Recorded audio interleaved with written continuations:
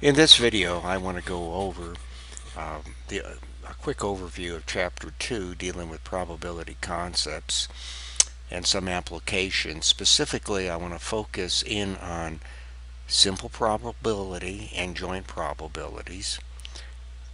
You should be familiar with some of these concepts, of course, from the stat course that you have already taken.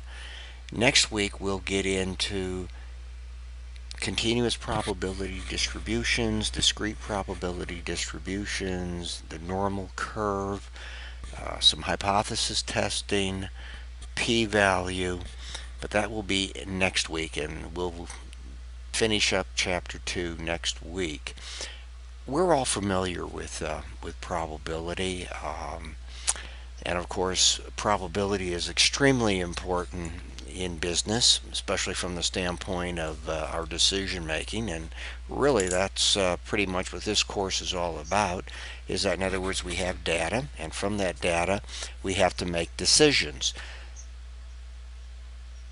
When we're dealing with probability, we have two basic types of probability. We have objective probability, and in business, in our decision making process, we would only wish all probabilities were objective. And why do I say that? Well, objective probability is such we know the probability before it happens, i.e., I toss a coin and I know what the probability will be of coming up with a head. There are only two possible outcomes of that event: getting a head, getting a tail, and it's always going to be 50%. Likewise, a deck of cards. I know what the probability is going to be of coming up, we'll say, with a club or a diamond, whatever it may be. That's objective probability. However, in business, most of the time, we will not know what the probability is beforehand. We deal with subjective probability, i.e., like I've indicated here, under two types of probability, I may ask a question: what is the probability that an economic contraction will happen in the next 12 months? And I usually ask my seated students this, and I'll go around the class and I'll get 10%, 50%, 60%, 100%. And the thing is, it's subjective. And then I'll come back and I'll ask, well, why did you say what you stated? Why 40% of an economic contraction of the 12 months? And a student usually pops up and says, well, I've had this econ course and we had this area of macroeconomics. And I said, well, very, very good.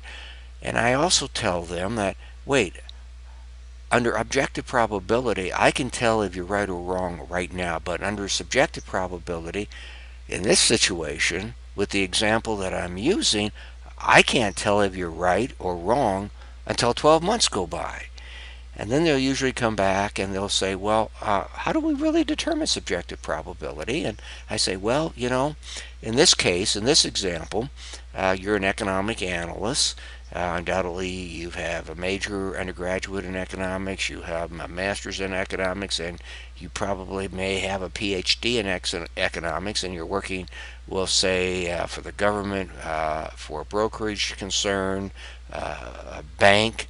And it's through your life experiences and through the skill sets that you have developed, i.e., taking economic courses, taking econometric courses, etc. So, subjective probability is really the underlying probability that we use in business from the standpoint of our decision-making process. Just some other things I have down here: mutually exclusive. Events are said to be mutually exclusive if these events, we'll say event A, event B, cannot occur at the same time. And then we have an addition rule for mutually exclusive events. Probability of A or B is equal to a sum of probability of A plus probability of B. If the events are not mutually exclusive, i.e., A and B can occur simultaneously, yes, we would sum A and B together, as I've indicated here. Then we'll have to take out the joint probability of A and B, And hopefully, I'm sure in your stat class they talked about this Venn diagram and how they looked at events A and B and they brought them together, and there was an area within those two circles that would be the joint area where A and B could occur simultaneously. But when I get to this contingency table, I will explain that a little bit further. And that's what we have right here that I am bringing up. Let's just kind of look at this. We've referred to this as a contingency table. In this case, we have male and females under gender, and we have a total sample space of 200 individuals. And when we see under 5A, what is the probability of a male? Pretty straightforward, right? We know we have a total of 120 males in relation to our sample space of 200, 60%. So from our sample space of 200, 60% are males. Therefore, probability of coming up a female has to be 40%, right? The complement, or it might be said, what is the probability of a male? 60%. What's its complement? Well, its complement in this case would be, coming up with a female, 40%, because we know the probability will be anywhere between 0 and 1 inclusively. Probability of another simple probability over 45. Well, over 45, we have a total of 50 in relation to 200 would be 25%. The complement of over 45 would be 75%, right? Because once again, the probabilities must sum to 1. Female and over 45, a joint probability. Female and over 45, 10 in relation to 200. Probability of male or under 30, well, let's see, we have 120 over 200 plus 100 in relation to 200, right, under 30. Well, if I take the sum of those two simple probabilities, I'm going to come up with more than 1 or 100%. Cannot happen. This immediately states that male or being under 30 are not mutually exclusive.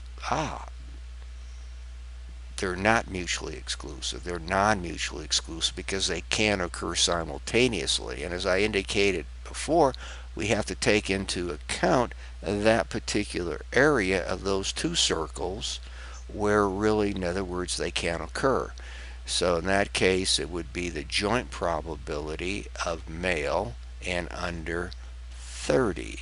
Male and under 30, 60 over 200. So it's 80%. So when we have the OR clause, the addition rule, we have to be very mindful or cognizant of the fact, are these events mutually exclusive or not? Conditional probability. I want to end this video with just focusing in on conditional probability, or dependent events as such. Look at A. A states probability of male / under 30. What the / indicates is that immediately after that / I know something has already happened or has already occurred. It could be probability of male given under 30. I know something has happened, something has occurred. In this case, the given probability of male, given that I'm dealing with individuals under 30. Well, there's 100, right? And now that's in my denominator here. And now I'm saying, okay, what's the probability of coming up with a male given that I know the individuals in question are under 30? Well, 60 in relation to 100. And that's what I'm stating here. When one has a conditional probability statement, one knows something has already occurred after the /. B here, probability of female, / over 45. Over 45, probability of coming up with a female when I know something has already happened, and that is over 45. How many in that category? 50. Probability of a female, 10 in relation to 50, or 20%. So that's conditional probability. So that's really what I wanted to go over in this video. Simple probabilities, conditional probabilities, objective probability, subjective probability. Again, a quick overview. I'm not going to spend a lot of time on this particular area. You will have a problem that has been assigned that deals really from the standpoint of some simple probabilities and joint probabilities. Next week, we'll get into probability distributions.